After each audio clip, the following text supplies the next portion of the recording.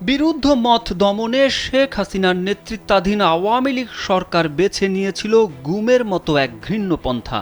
গুমের শিকার ব্যক্তিদের প্রথমে হাত ও চোখ বেঁধে অজ্ঞাত স্থানে নিয়ে যাওয়া হতো, তারপর চালানো হতো অত্যন্ত নির্মম শারীরিক ও মানসিক নির্যাতন।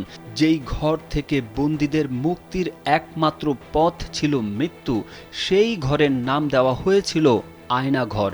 এবার সেই আয়নাঘর পরিদর্শনে যাবেন প্রধান উপদেষ্টা ডক্টর মুহাম্মদ ইউনূস। ১৯ জানুয়ারি রাষ্ট্রীয় অতিথি ভবন যমুনায় প্রধান উপদেষ্টার সঙ্গে বৈঠক করেন গুম সংক্রান্ত তদন্ত কমিশন। বৈঠকে প্রধান উপদেষ্টাকে গুমের ঘটনায় তদন্তের অগ্রগতি সম্পর্কে জানিয়ে জয়েন্ট ইন্টারোগেশন সেল, যা আয়নাঘর নামে পরিচিতি পেয়েছিল, সেগুলো পরিদর্শনের অনুরোধ জানান। প্রধান উপদেষ্টা আয়নাঘর পরিদর্শন করলে গুমের শিকার ব্যক্তিরা আশ্বস্ত বোধ করবেন ও অভয় পাবেন বলে জানান তারা। বৈঠকে কয়েকটি গুমের ঘটনার নৃশংস বর্ণনাও প্রধান উপদেষ্টাকে জানিয়েছেন গুম সংক্রান্ত তদন্ত কমিশন। এমনকি ৬ বছরের শিশুকেও গুমের বর্ণনা কমিশনের তদন্তে উঠে এসেছে বলে জানান তারা।